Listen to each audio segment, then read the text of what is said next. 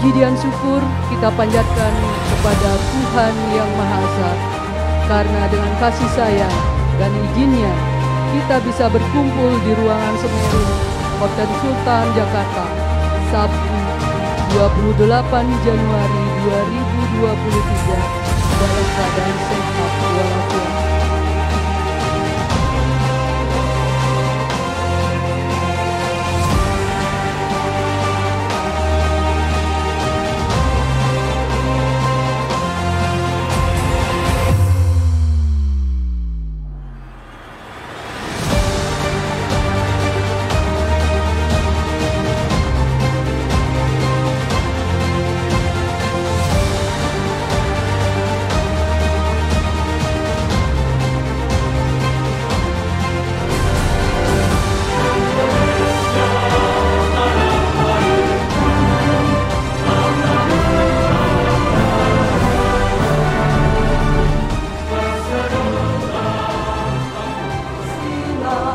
Dan Undang-Undang Dasar 45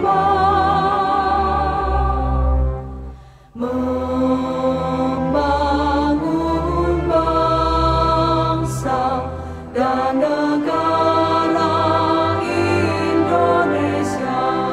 Ya Allah, ya Tuhan kami, hari ini kami berkumpul dalam acara rapat kerja Dewan Pengurus Pusat Ikatan Ahli Pengadaan Indonesia tahun 2023. Melalui kegiatan-kegiatan kita, saya berharap kita bisa bergandengan tangan, karena saya yakin Bapak Ibu sekalian yang hadir pada hari ini itu kok saya bilang tadi adalah para artis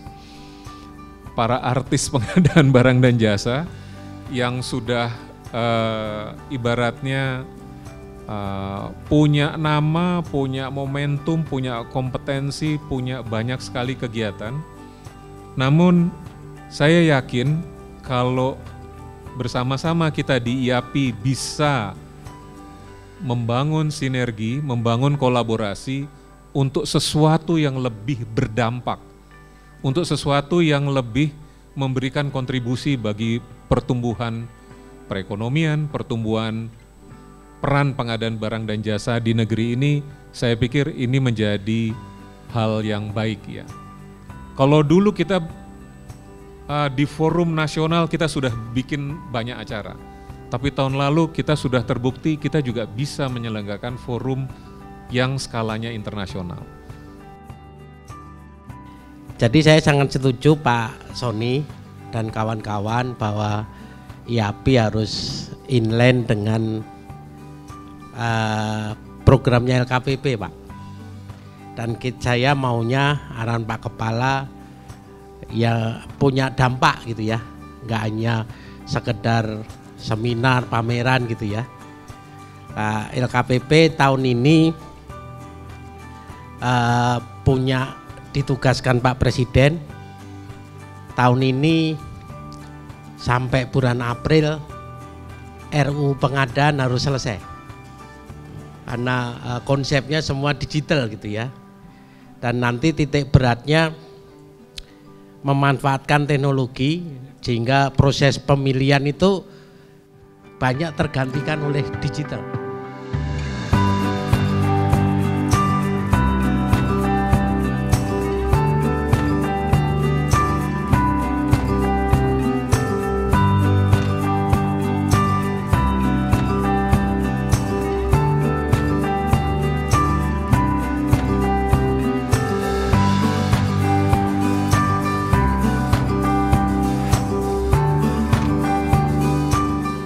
Auditor independen atas laporan keuangan IAPI untuk tahun yang berakhir pada tanggal 31 Desember 2021 dinyatakan WTP ya Bapak Ibu sekalian.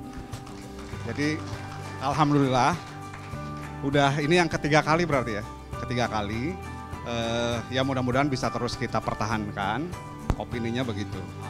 Calon anggota bisa mendaftar seluruhnya fully online begitu ya, mendaftar jadi anggota, mencetak kartunya atau memiliki kartunya, kemudian memanfaatkan fitur-fitur yang ada di sistem digital IAPI begitu ya.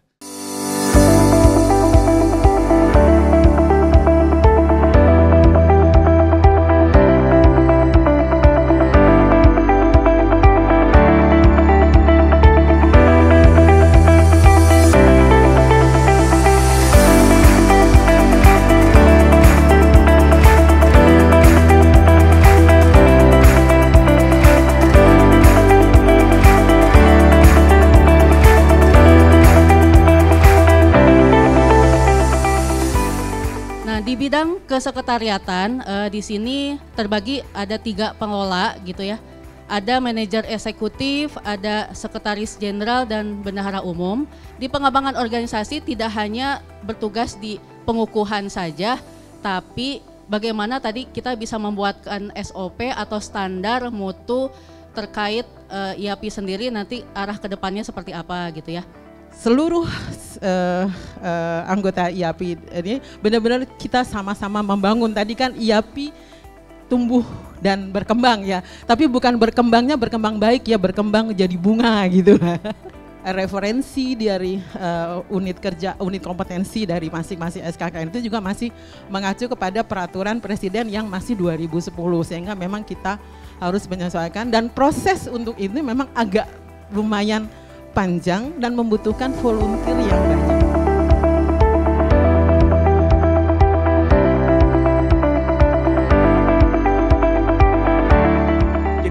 Berdiskusi, kita gunakan wadah IAPI ini, pikiran-pikiran kita di masing-masing daerah, dan nanti akan kita usulkan secara resmi baik ke LKPP maupun ke anggota dewan, masukan-masukan dari IAPI secara tertulis terhadap pengembangan pembentukan rancangan undang-undang pengadaan barang atau jasa. Bapak dan Ibu, kita akan ini masuk daripada program kami.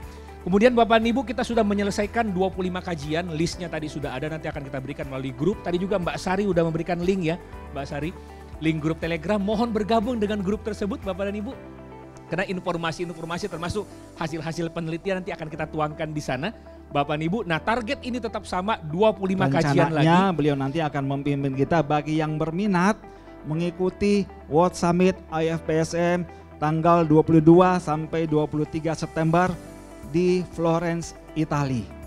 Ya, catat tanggalnya. Tanggalnya 22 sampai 23 September 2023 ini di Florence, Italia. Tapi ini yang jelas memberikan pelajaran kepada DPD ya, termasuk dari DPD Bali yang berperan banyak, yang lain-lain juga berperan banyak.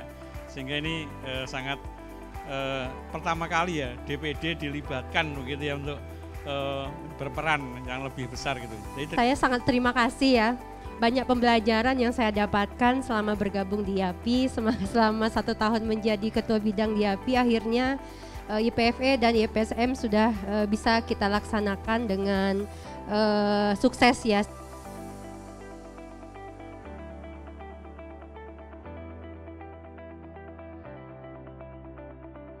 Di sini saya ingin memberikan apresiasi ini kepada bendahara karena sudah membuat laporan keuangan yang teraudit selama 3 tahun berturut-turut. Ya.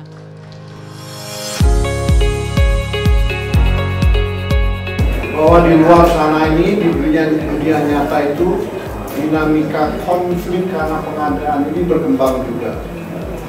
Saya sebut saja berkembangnya Dewan Sengketa. Ya, Dewan Sengketa. Kalau di Perpres yang ini kan sudah disebutkan ya, peraturan Menteri PU-nya sudah ada dan cuma kasusnya saja yang masih belum banyak. Walaupun di situ disebutkan Dewan Sengketa Konstitusi, tapi rupanya tidak hanya itu, juga ada Dewan Sengketa pengadaan lainnya. Sehingga rasanya ini input untuk IAPI, barangkali IAPI juga mulai buka kuping atau memasuki ranah itu, karena grup Dewan Sengketa itu sekarang didominasi oleh mantan PU. Kita jangan hanya, gitu kan, kira-kira jadi begitu, jangan hanya membangun profesi ansih, lalu melalui program pembangunan profesi, itu perlu, gitu kan, walaupun mungkin juga kita harus memberi masukan ke LKPP nih. Sistem kita menulis Pak, kalau nanti AI-nya sudah jalan, kalau ini nanti sebagai laporan ke Pak Juli nanti Pak, itu harus di-freeze Pak, untuk katalognya 1,8 gitu ya, Bapak cek si swasta 1,4 gitu ya, itu langsung tidak bisa dibeli. Jadi standarnya kemarin, kalau di luar ada harga yang lebih murah 20%, freeze langsung.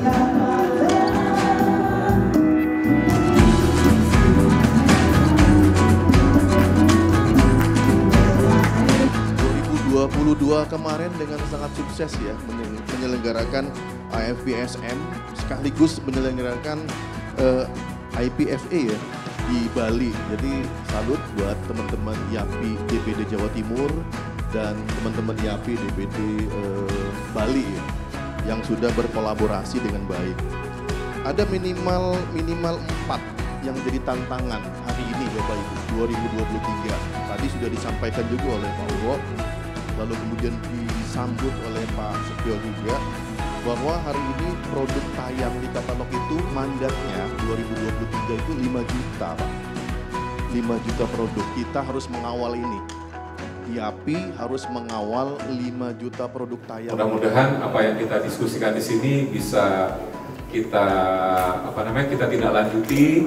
Tadi kalau sudah dicanangkan sebagai program kerja, benar Mbak Dwi, kita sebenarnya semuanya udah dalam bentuk digital. Bagaimana nih caranya membuat lebih seamless dan kita mengoptimalisasikan digitalisasi. Makanya kita ada bagian digitalisasi, itu salah satu tujuannya itu.